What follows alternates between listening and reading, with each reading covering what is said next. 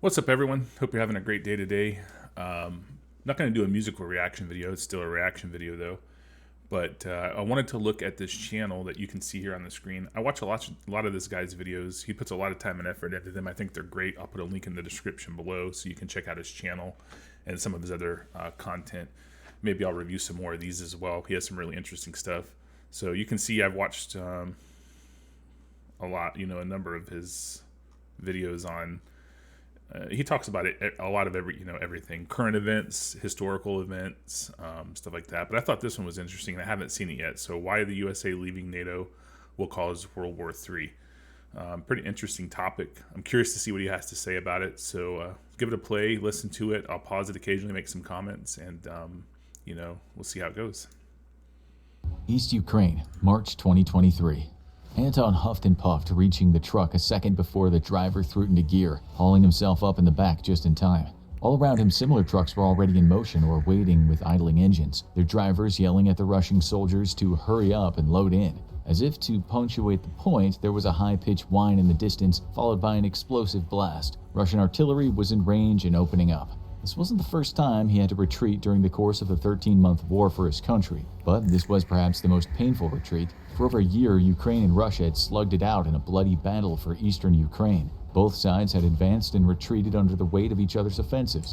So you can see he does some what-if scenarios. This is clearly looking into the future from February of 2022 into like 13 months after that. So it would be March of 23. So he does some of this in some of these videos where he projects what could happen, and a lot of the stuff he says is not far-fetched at all. It's actually kind of interesting to think about. But so this is not a real scenario. This is something that he's made up for the video.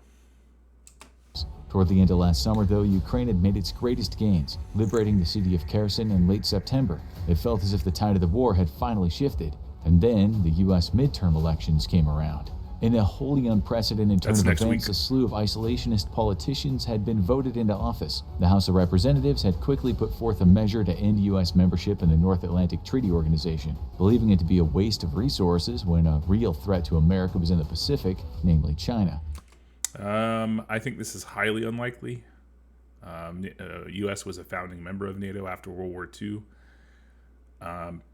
Pretty sure within 6 months from now, we're not just going to pull out of NATO, but I'm curious to see where his hypothetical goes. Pressure on the Senate led to landmark legislature, and with the stroke of a pen, the United States was no longer a member of NATO. This had direct implications for Ukraine's war against Russia. With no more investment in Europe, the United States was no longer as interested in hemming in Russian aggression, and thus funding for the Ukrainian armed forces quickly dried up. Along with the money, that's not something that's even if we don't leave NATO, I don't think that's something that's out of the ordinary or possibly could happen. The U.S. has many times throughout history been in support of different countries, different opposition to people in power that we didn't want to be in power. So we would supply arms and money and stuff like that to, but not arms like my arm, but like arms, like military arms, to countries, and then when things weren't going as well, pull out. Actually, that's what happened in Afghanistan during the Soviet war with them during the early 80s, late 70s, early 80s, and that's how the United States kind of in a roundabout way. And again, they had messed up thinking in their mind about everything, but that's how Al-Qaeda was formed.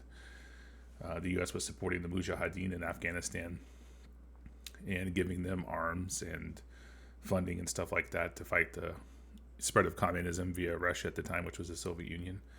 And just decided we were going to stop doing that, and left them out hanging out to dry. They got pissed and, started the Taliban, Al-Qaeda, and all that stuff. So, well, I don't know if they started the Taliban, but anyway, so this is not that far-fetched. I mean, even if we don't leave NATO, it's something that's possible that could happen, I guess.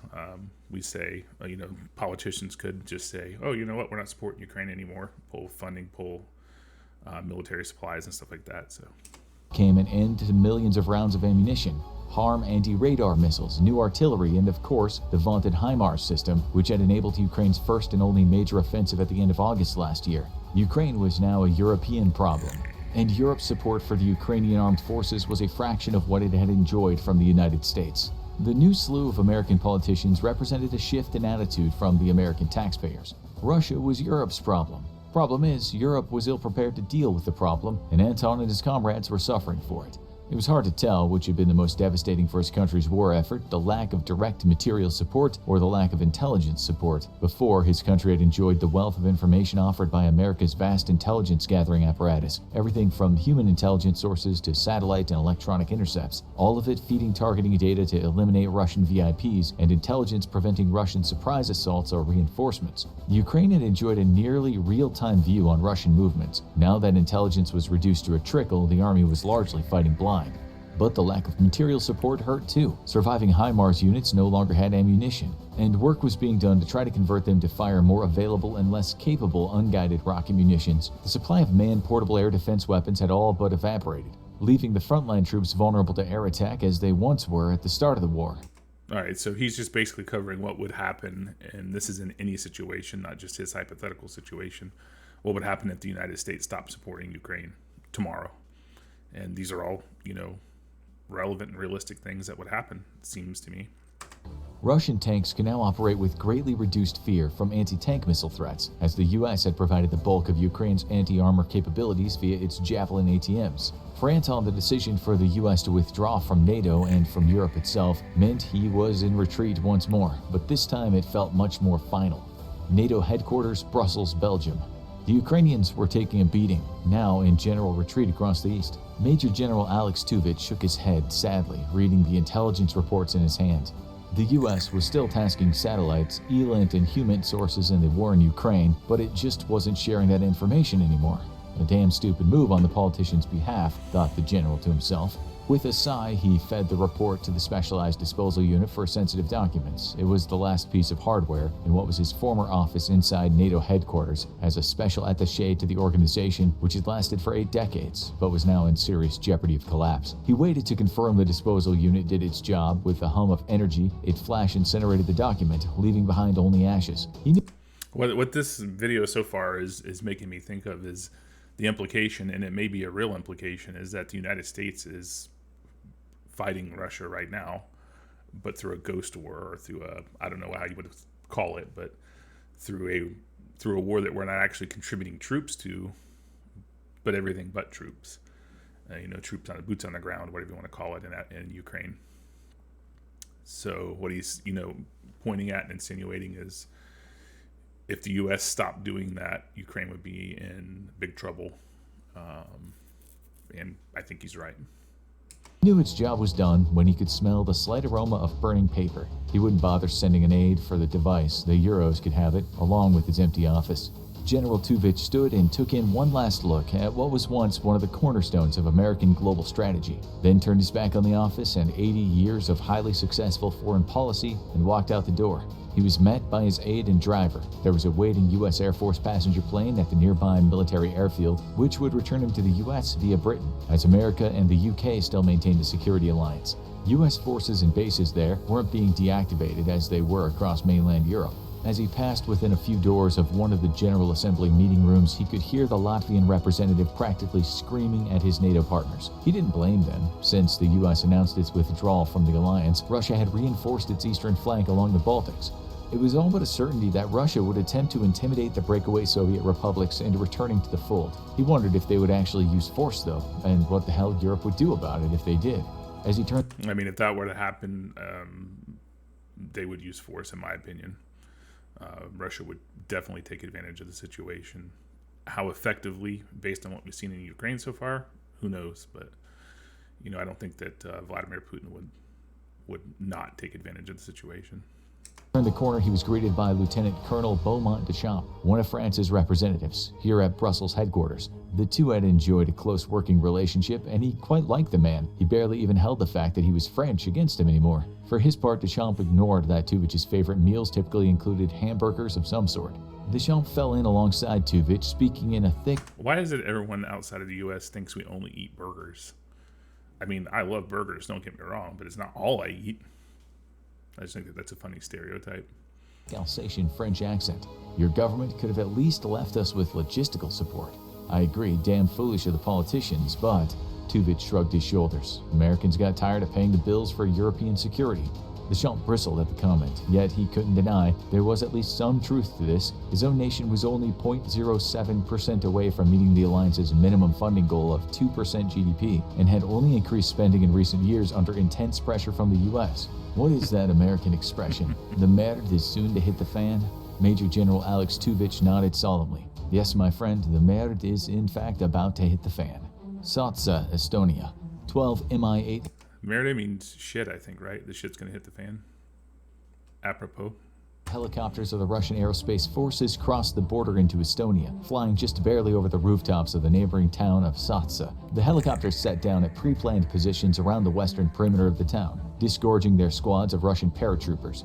A few minutes later, a force of Russian T-90s and BTR-80s overran the border police checkpoint, smashing through the flimsy wooden barricade. There was a brief exchange of gunfire with some Estonian border troops, but within 6 hours, the small town was firmly under the control of the Russian military. From the town square, the Russians had hung their country's flag. 10 Downing Street, United Kingdom. The British Prime Minister did her best to hide her concern, arrayed before her. I don't know when you recorded this, but just within the last week, the British Prime Minister decided she was going to resign. So on multiple screens were the leaders or representatives of the remaining members of the NATO alliance. The emergency conference had been called immediately upon reports of the first Russian troops crossing into Estonian territory. In the last 6 hours, the Russians had secured the small town, and the new satellite reconnaissance seemed to indicate that they were digging into defensive positions. Estonia had attempted to fly several drones over the area, but they had all been shot down, so live intelligence was out of the question. However, it didn't seem as if the Russians had any intention of advancing their attack. The Prime Minister realized she'd been asked a question and snapped out of her internal mental review. I'm sorry, what was that? The representative from the Estonian government was on the main screen, looking understandably frustrated. Ma'am, I'm going to ask you again, will Britain honor its commitment to NATO's NRF? And that was a question with a million implications. She could feel the weight of history pressing down on her. The fate of Europe in the 21st century very much depended on her answer. So I think what he's referring there to is Article 5 of the NATO treaty that says an attack on any NATO member is an attack on all NATO members, and everyone's obligated to respond with, defense of whoever was attacked. I'm pretty sure that's what he's referring to. NATO's response force and very rapid response force had been set up to deal with exactly this type of Russian incursion. It was well known that for at least a decade, Russia's Vladimir Putin had toyed with the idea of a fait accompli attack against NATO, the seizure of a single meaningless village somewhere along the Baltics, not enough to warrant full-scale war in normal circumstances, but enough to test the NATO alliance. If NATO hesitated, the entire concept of mutual defense collapsed and the alliance would inevitably splinter, exactly as Putin wanted. Despite his catastrophic setbacks in Ukraine, which were now being reversed, America's exit from the alliance had given him exactly the opportunity he'd been dreaming of. He didn't even wait for America to fully leave the continent. European Command still had several dozen planes waiting to be loaded with equipment in airfields across Germany. The PM looked over at the screen with the Turkish representative. Turkey had been striding a fine line between Europe and Russia for years now, but had so far seemed to be committed to the alliance in regards to assisting Ukraine. However, the incursion into Estonia had put Turkey in a position where it finally had to decide who it really wanted to be friends with, and faced the prospect of fighting Russia without US aid. Well, she could already see the answer on the man's stony face. It wasn't that NATO without America wasn't a match. I thought it'd be interesting to see what would happen, and if that actually did occur. Again, I don't think any of this situation is realistic because I don't see the United States pulling out of NATO, especially that abruptly. It would, if they were going to do that, I think it would have been maybe a year or two ago prior to anything that's going on in Europe at the moment. So, yeah, I guess it's, Turkey is one of those weird places where they are, they try to straddle that line between Europe and Russia, like he said, and who are they going to support? And so far over the last several months, they've been supporting their obligations to NATO and, helping Ukraine. But how would that go without a U.S. in NATO?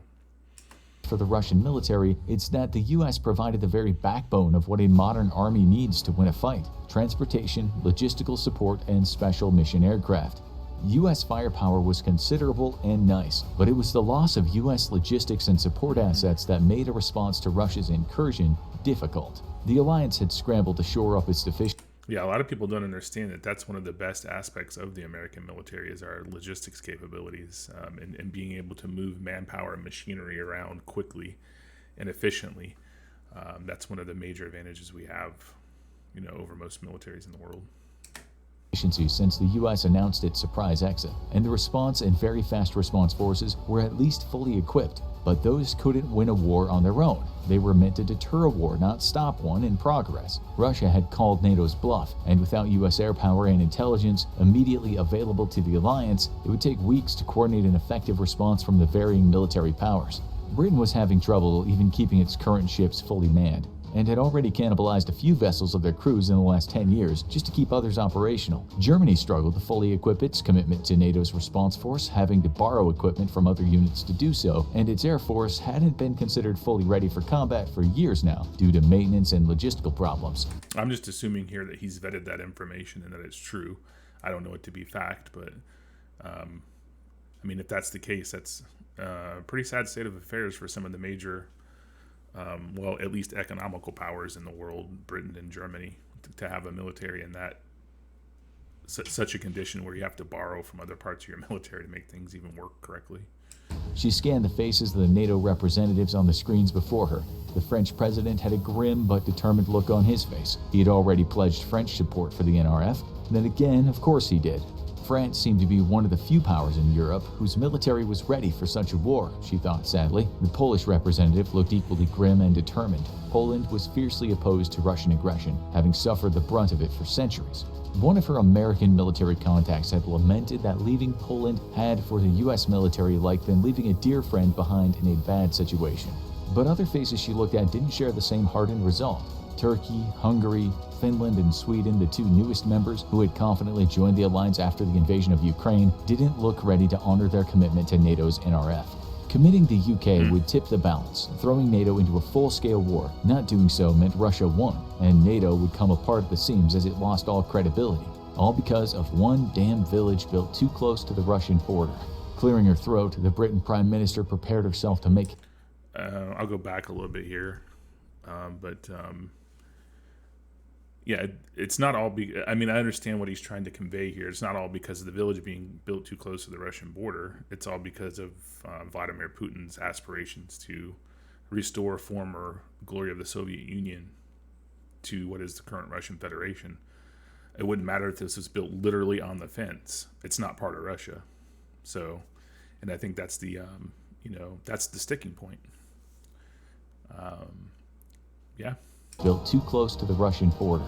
Clearing her throat, the Britain Prime Minister prepared herself to make history.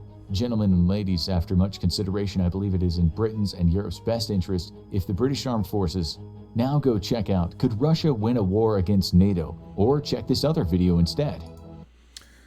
Interesting video of a what-if situation. Again, something that I don't think is very feasible or likely to happen. But I think that most of his analogies and analysis of what would happen if the United States did leave NATO are pretty accurate. I don't like the fact that sometimes the U.S. is considered the world's police. I don't know. We should only do things that act in the security of our country, in my opinion. And being a member of NATO, I think, is definitely, especially now, one of those things where we should continue to remain a member of NATO. We're a founding member, like I said, and I don't think it's something that we should take lightly or disappear from. When you turn your head on problems, you're allowing them to become bigger problems. So turning your head and ignoring something and hope that it goes away, I found, at least in my 45 years, is probably one of the worst approaches you can take. So you have to have resolve. You have to have the ability to commit to something and stick with it. And I understand, again, his point of the video. I think it was a very well done video. I think it's a really good hypothetical. I don't think it's likely. But he does have a lot of really good other videos, some of which are on history and things that have happened, and some are like his hypotheticals, again, on things that could happen. So, maybe I'll do more of these. I really enjoy watching these guys' videos. They're pretty entertaining. They're very informative, and they make you think, which is fantastic. So, anyway, that's it for today. I hope you enjoyed it. Check out some of the other videos. There'll be some cards up here, and leave some comments below. Let me know what you think. I am trying to get to 1,000 subs, so if you would sub, like, comment, subscribe, and share is what I always say, and I would appreciate that. And yeah, talk to you soon. Peace.